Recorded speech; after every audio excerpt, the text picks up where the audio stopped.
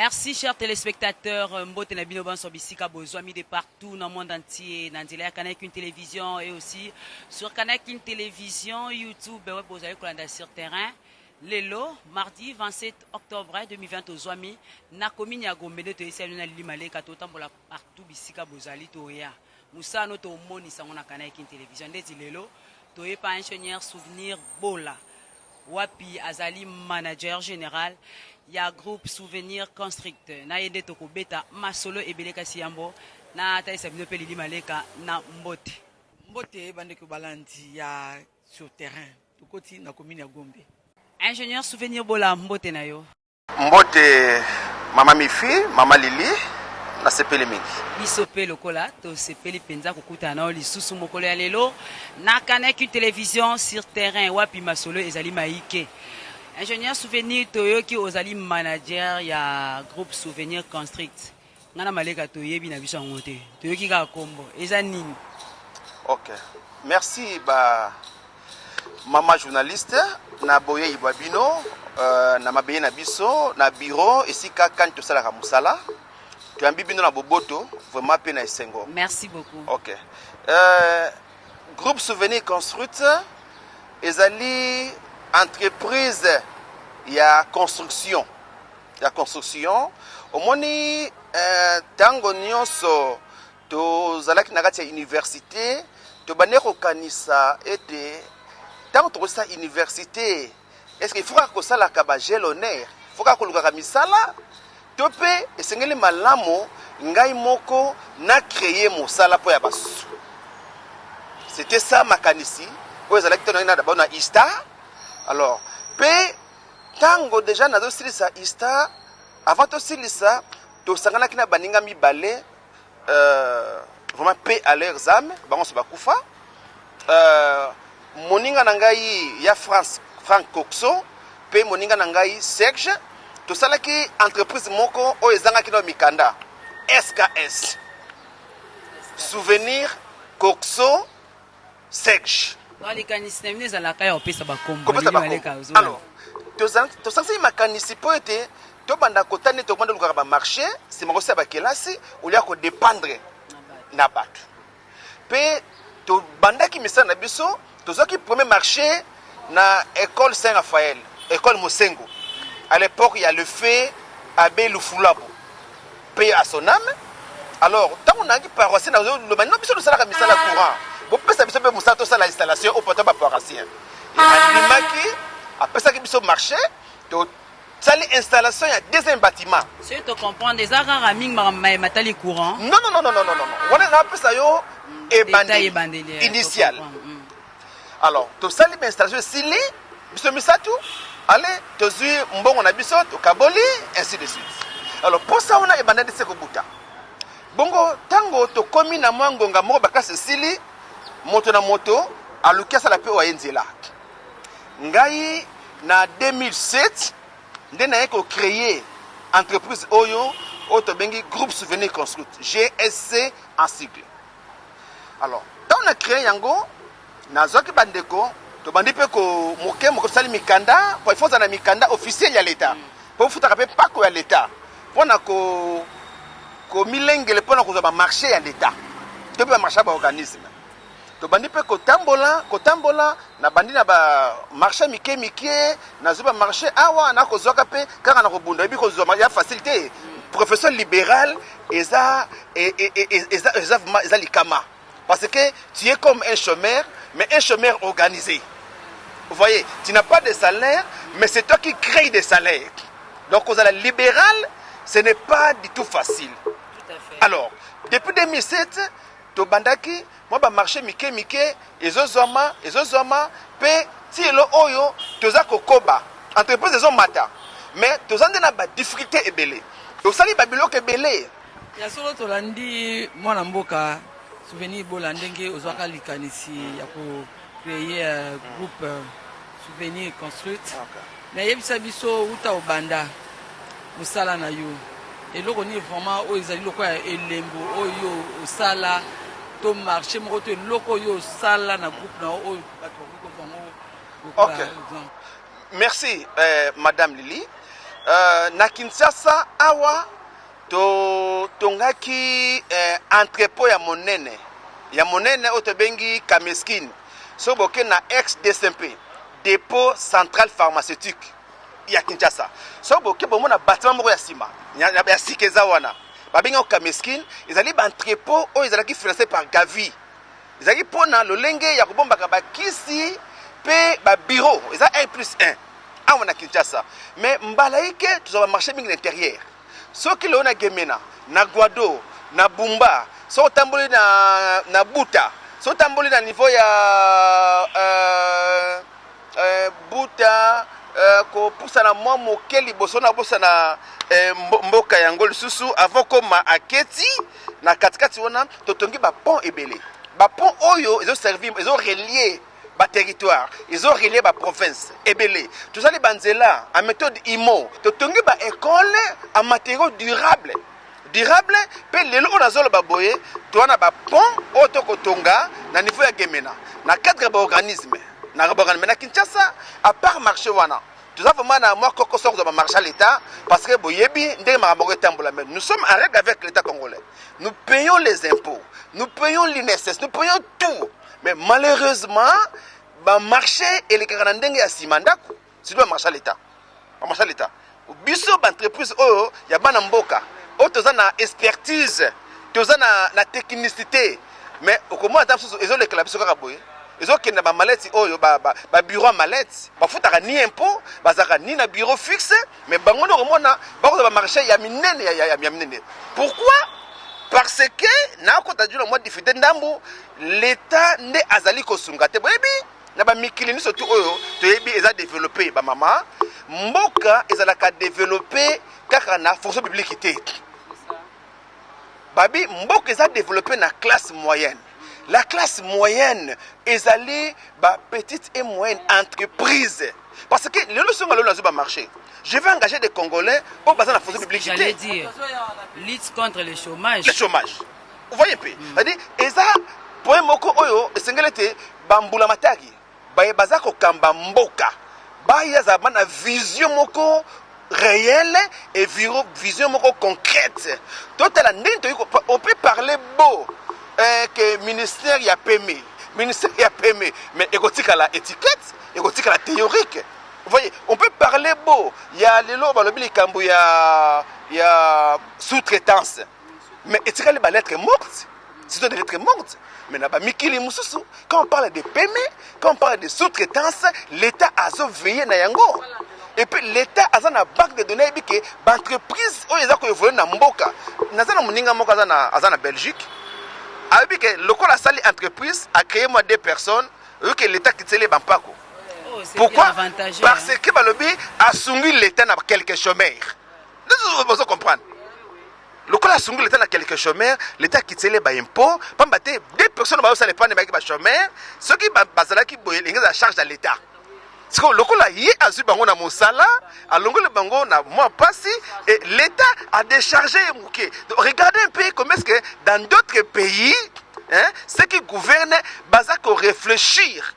Qu'on réfléchit pendant où est allé qu'on sunga ba paiement petite et moyenne entreprise mais chez nous ça n'existe pas dans le kola bana nyoka mais bazona d'absence na ba compte na ba impôt okufa nda okufa. Ingénieur souvenir manager général Tolando Laboké Bignos donc c'est-à-dire avoir un esprit de créativité pour lutter aussi contre le chômage du pays, je peux dire. Ouais, donc, ingénieur souvenir, vous m'allez comprendre qu'ingénieur à côté, Tina Mozindo Lisolo. Vous avez combien d'argent?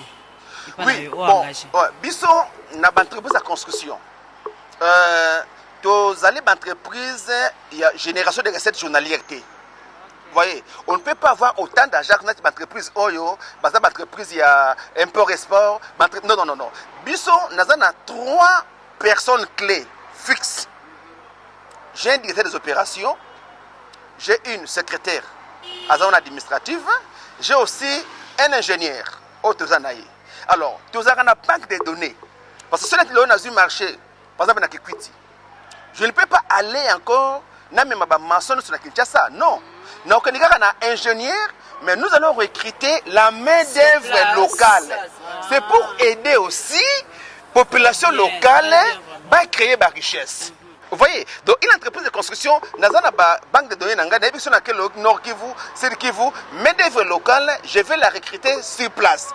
Mais dis-moi, personnel clé, un ingénieur, ou bien mon architecte, n'est dans la banque.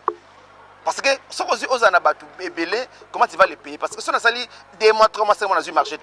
Tu vois? Ingénieur souvenir bola. Yebisa biso, bando banda musala na yo oyo, bando banda entreprise na yo. Koko so ya makasi, difficulté ya makasi oyo kutanaka nango. Pe oyo so kokoba kokuta nango. Ezali nini? Ouais, merci maman Lili. Comme dans le bill, difficulté à ma casse au Koutana au Kunarana Bela AVC. Ezali ke Nazwaka marché moko na Bandundu. Série le gouverneur d'Ambourisha que je salue en passant. Na préfinancé à Misala, na Maïndombe. Ozoka. Tant na préfinancé Misala et que et comme Ngonga ya futangai, basali ba voter motion de défiance contre eux à Longwe. Pe gouverneur oya kotaki ezalaki Kamisendu. Banda ya kotaki mama nangai masole côté la maille. Vraiment. Parce que au moins il m'a bien emboqué dans ligne. Yo to banga ba marcher à l'état pourquoi?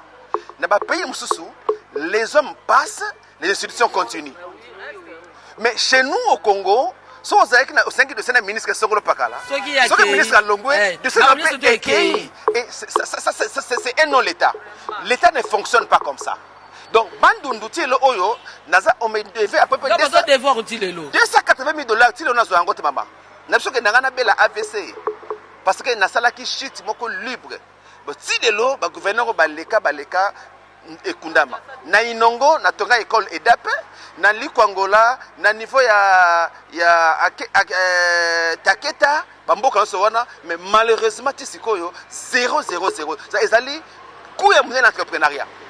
Quand on a un entrepreneuriat, c'est-à-dire, naninga ikutu mbongo nanga sukanga ben. Mais quand tu as mutu bukete na ministère du travail pour mekalanda. Impossible maintenant, yebi ka l'état, quand tu accuses l'état, yebi ekotaka ezalokola ozobeta coup d'épée dans l'océan, c'est compliqué puis je suis une PME. C'est une entreprise extérieure étrangère.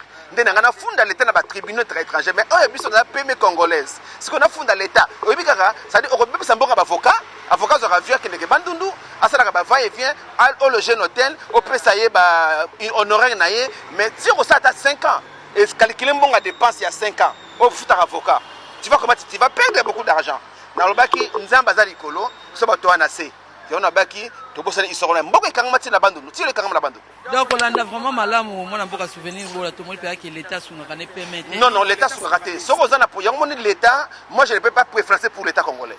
Et à niveau professeur à niveau national. Si on a un marché à l'État, dans le banane, personne n'a un bon avance avant la salle à Misala. Ce qui est lobby au préfinancé pour la Misala à l'État, dans niveau ya professeur à niveau national, nous avons risque de la AVC pour Koufi. Pambate, le ministre, le gouverneur et consort, dans le principe, il y a continuité à l'État. Vous avez le problème qui est allé. Alors, ce que vous avez dit, ce que vous avez contraint beaucoup, et que les autres que le gouvernement est au Kende, calamité est Kende. Alors, le gouvernement est au Koya. Mais non, maman.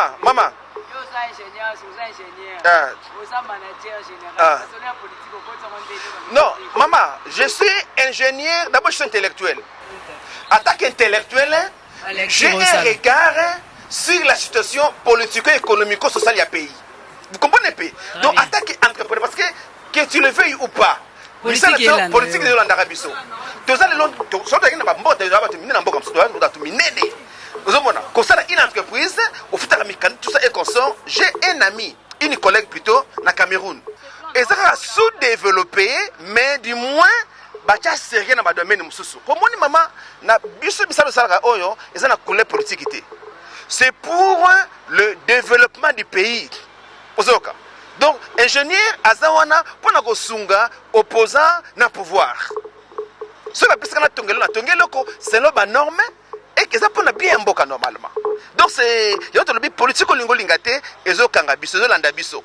Nous devons avoir un regard sur tous les plans normalement.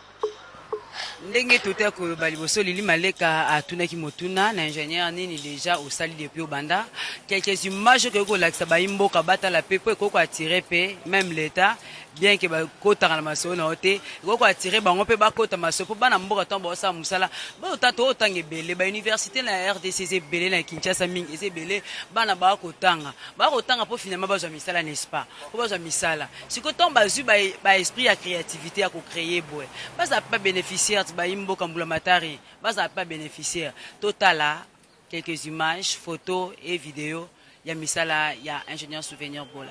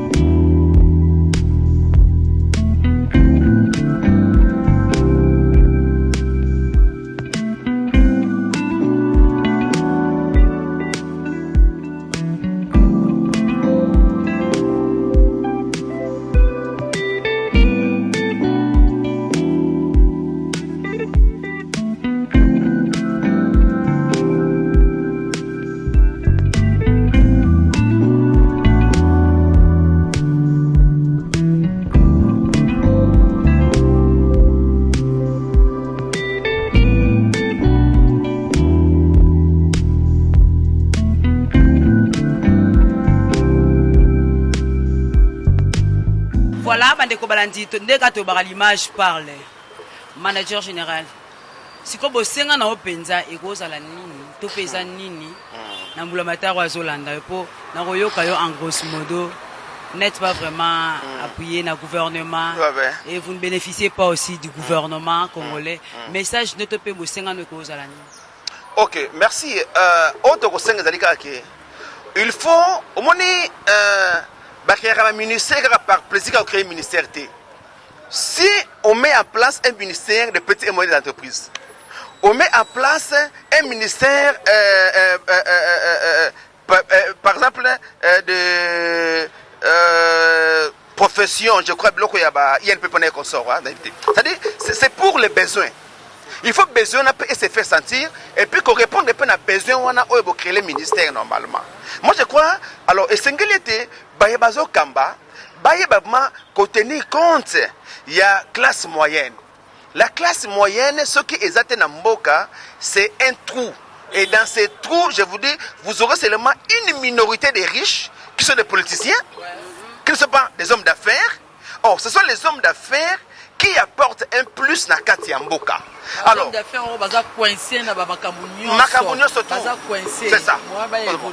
Tout ça évolué parce que l'État a lancé le marché, a lancé le marché, le marché minene. Il y a combien de moutons. Saute des moutons. Il y a combien de sous-traitances. Il y avait plusieurs travail là-bas. Voyez un peu.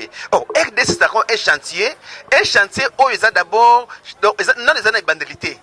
Parce que comment non les bandités comment on a Kinshasa te maman sont à mon intérieur yamboka ces pays si on met du sérieux on peut donner à toutes les entreprises les PME les travail et ces PME à leur tour ils vont se donner la population du travail et vous voyez comment on crée des richesses à richesse na pesa ça pas moké dans la Kenya niveau ya buta na sali musala obi que riverain. Ingénieur Sosolo Bakande, tu vas bouter, tu rappeler la province, parce que c'est pas tout le monde à Yebi. Ok. Merci. Ah, oui, oui. Ok, merci. Merci. Boutezali, chef lié, il y a Bazueli. Bazueli, hein? Boutezali, Kalizaki, ville, mais comme ce que chef lié à Bazueli. Donc, dans la province orientale, la province est démembrée. Il y a un Bouta et comme chef lié. Donc, on a qui pour la Pembeni à 15 km. Aux hommes, on dirait que Batamboka, les lots, Bazui, va passer à la Bilanga. abana ko sala bilanga yemoko mais na misala o topesa ki bango yepe azu batu bako ça on comprend déjà que non à quoi mon patron mukie ozomona et si on donne on facilite au permis ba marcher par-ci par-là mais on crée des richesses on va bengi une prospérité partagée. Vous voyez un peu parce que jusque là il n'y a que les politiciens qui vivent la prospérité mais à travers le permis à travers la classe moyenne, on va vivre une prospérité partagée. Ça dit que Nganaza prospère, Moutomoussa Nangaza prospère, Moutamboka. Ça dit on partage la prospérité et il y a des créations, il y a richesse. Non, Nini pensa okoyebisa po bazolanda yo. Ba obazana posa kotonga. Okay. Ba obazana posa ba approcher yo. Okay. That's why ba atozomone nenga zo ngala boye. C'est que so komi kuna eza penza mo kuya donc tokokufa mo posa les até. Yo koyebisa bango ndeni ba obazana posa kotonga ndeko zoloba wana. Oba bani ko posa na pembe no. Akoya ko zo yo wapi pe bokosolola ndenge ni. Tabuso solola kana malamu tetamu biso bangi sa bango déjà na musi. Non. Yebisa na bango po à l'étranger pe ba yaka pe kotonga. Ouais. Oui, maman Lili, mon ndezo za awa, bioka yango moni. Local 9 na immeuble flamboyant. C'est ça flamboyant. Donc biso dozana local ingénieur conseil. Puisque ce nom-là, ça la devient entreprise et pas un individu, mais je peux apporter mon conseil dans le sens où aider pour que à ça la hémorragie financière monsieur Bassara Moussalo yo a ça la mutu devis au monde à cause le quoi il été à cause tonnage boyé mettre qui boyé mais biso za na mosala pe oningo tonga na ko saka mosole belete to ya ko pesa conseil pour na o dépenser mingité na construction na yo voilà ce que tu devais faire biso Bassara devis ba pe ce plan osa douter oyepa na biso tokoyeba soko checker yango ko ça la contre-vérification. Comment on avait ça facile? Maman, c'est très facile. Moi je suis entrepreneur. Un entrepreneur, il doit être ouvert à tout le monde. Malé kanane to yebeli à Congo Congo soki mutaza ba niveau moko boy. Non maman pas si bongo te. Non maman pas même ko décrocher ba. Maman wana mingi ba politicien. Cité kaka. Voyez pourquoi ba jeune lelo yo ba commis plus comme pesa bona politique maleka. On va comprendre que politique ndembongo. Non maman, il y a une erreur. La politique ne paye pas beaucoup. Tout ça la baninga ba député non. Ba ministre. Il n'en a pris. Monsieur Batamba ko makolo. Mais ngai bana banda nazaka na mutuka na la politique té. Ce qui politique est pour une cause noble. Pour le loso ba bon souvenir ça là, oyo. Si c'est pour aider, si c'est pour aider le pays, je vais le faire. Mais je n'en vis pas. Parce que, déjà, moi, je suis déjà un promoteur.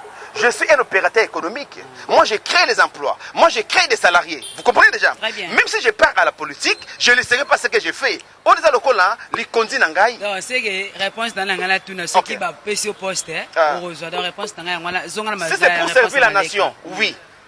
Mais pas pour servir les individus. La réponse de la maman, tu as une facilité. Tu as pas de sunga, bandeko, makoki tam sumoke, alingi atonga, pour que bayi baye mo soloté. On est là, donc nous portons sur notre conseil. Parce que moi, je suis à le défi, à cause de la carte. Au colonne de Rosaboy, au poutre de Rosaboy, au nombre de tôles, à l'équissi, pour te aïe bayoana. Au bisous, vous appelez mon salaya par un conseil. Une entreprise de construction qui porte conseil auprès des partenaires. Donc le bureau c'est ici et le numéro de téléphone, si je peux donner, c'est simple. Donc c'est 081 998 40 54. 081 998 40 54. C'est très facile. Moi, je me souviens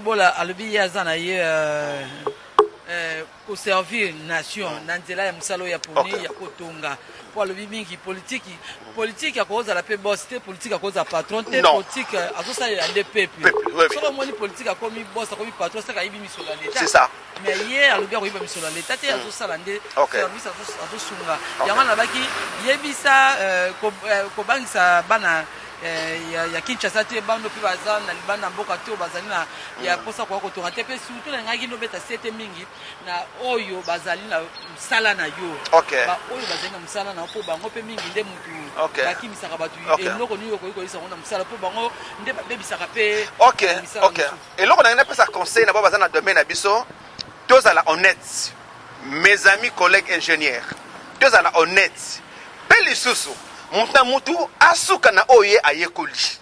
Tu es architecte, limitez-vous à l'élaboration des plans. L'ingénieur de BTP est là pour matérialiser.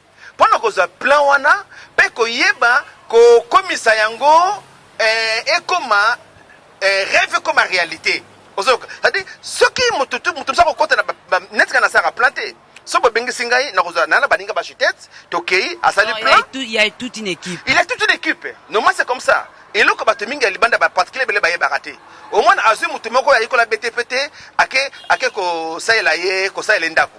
Ako tongele immeuble. Ouais ba immeuble bingi ezana ba problème et belé parce que il ko ba bengi immeuble ezana ba étude nango ezana ba principe nango pour que au moins etelema. Ndako assez basana kana mais immeuble de 1+1 comme mata basana kana ngote. Voyez un peu. Et nous sommes là pour apporter notre contribution, notre conseil. Pour que Batu et puis Babanga Ndako Taje Pamba. Et ça, ce qui va y bien bon côté. Ce qui est en dengue à logique, en dengue à sérieux, au moins, on peut péter nyonso. Donc, les rôles, entre autres, c'est celui-là. Pour te sunga Batu, Bandeko, Obako Tonga, na ba conseil, na total à milieu, total à terrain, à Wandako Bakotongolosa, et nous apportons les 1+. On n'est pas cher. Devant bande qu'on a vu sur un beau avec Batonga, boya, tout la cherté. Ingénieur, manager général, est-ce que vous allez rappeler à l'Icanissi pour former les jeunes pour un peu pour mon bazan avoir la possibilité, il y a qu'aucune université milai. Atalika bien l'antenne sur terrain boy. Na luke pe na zoma formation to pe encadrer. Est-ce que l'Icanissi na pe ils allaient recréer un centre de formation? Oui. Si oui. Oui, d'abord, une formation sur le plan pratique. Quand nous avons des marchés, nous prenons certains jeunes, désœuvrés, parce que, ça vous mentir, c'est seulement au Congo où on voit tout le monde veut être juriste. Dans le pays, pour ça, le droit, il faut la permission. Net les États-Unis. C'est pas dans tout le monde. Mais qu'il y a une université de droit, au moins la faculté de droit. Partout, mais les droits, c'est pas tout le monde qui le fait. C'est que les Batouba et Sika Oyo vie ezali. Vie ezande awa na métier. Mais les gens ont oublié les métiers. Bakena ba bisika Oyo, yombo zoma na mo mpe na mboka. To te entre parenthèses wana mama. C'est-à-dire to sungaka. Politicien makasi nenga vandu. Mais INPP ezali. Donc, on recommande aux gens de faire l'INPP. Là, c'est une institution de l'État. Alors, ça, 3 mois, 6 mois, maçonnerie, ça peut se noter, parce que moi-même, en tant qu'ingénieur, électricien et BTP, je n'ai pas INPP avant que IBTP. Je ne sais pas un métier dans ça.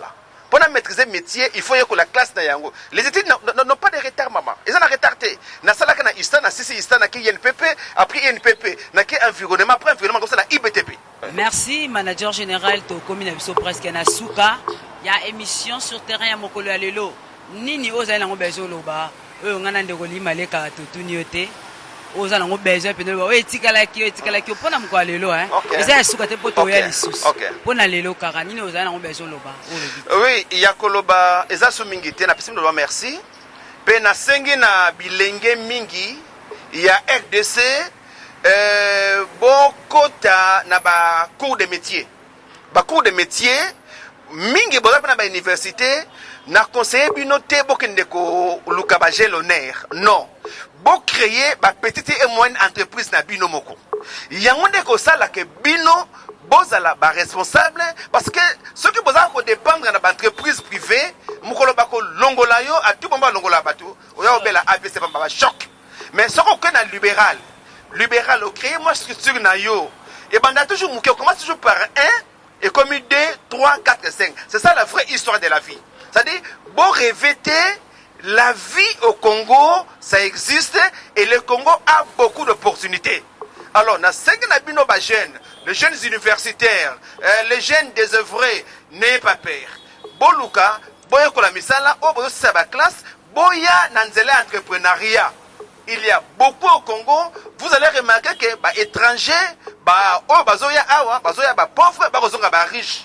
Pour dire que notre pays est un pays moko riche, mais si vous le voulez, il y a un conseil de représentation que non, bon rejoindre Bisson, dans le chemin où il y a entrepreneur, et c'est un meilleur chemin, c'est vrai avec ses difficultés bien sûr, mais si tu te tiens, ce qui aux Amolende, au Kolonga, pe okobonga na vie. Donc on européen merci, na biso merci, pe na senge ba jeune nyonso baya na entrepreneuriat, tout tombola mboka na biso. Voilà un peu. Maleka, moi 1 minute sali lo batom so lo loba. Teni lo bezali ka ke to zonga lisusu pa ya mona mboka souvenir bola po to yebi ke to koti na ozuni te na ba province ba difficulté ezali pour komisa ba matériel transport nzele za passe ba alobi angote. Donc ya minene tikali. Mbote na bino na pesi bino ba mbote bele kande to lobaki tokotika te totelema boye sake topesa bino ba mbote. Ili Maleka alobi azali na mbote opesa honorable di yeli te na ministre ose badi bangate mais na memeli ba mbote na pesi bino yango na tozala toyebi ke bino boza bandeko bayaya oyo nyonso mpona biso sur terrain botika biso te sans oublier ba député provinciaux li Maleka ta besoin kita na assemblée provinciale ya Kinshasa tolobi émission ezosukaka te ba commune ba bourgmestre tokoya to ana besoin na biso tokuta ba difficulté to solo lango oyo ba commune ezokuta na ngwa ingénieur souvenir bola tozaka rapona bino te tozaka pona ba banso oyo baza besoin ya kosola na biso na misa na bango parce que ba leader d'opinion to na bino besoin toko kita partout o ba difficulté ezali numéro eza so bobengi biso tokoya toya sa musa to monisa ba besoin ba problème na bino nyonso bene lubaki ba mbote belé susu na papa Claude bien su mama apela ba mbote belé na commune monga fula mingi penda na kindele bana bandalunga bana bumbu bana limete na ngambo ingénieur souvenir bola ba mbote belé ya bino yo manager général ya groupe souvenir Constrict Sardu Dimbu Fiston Mandondo merci.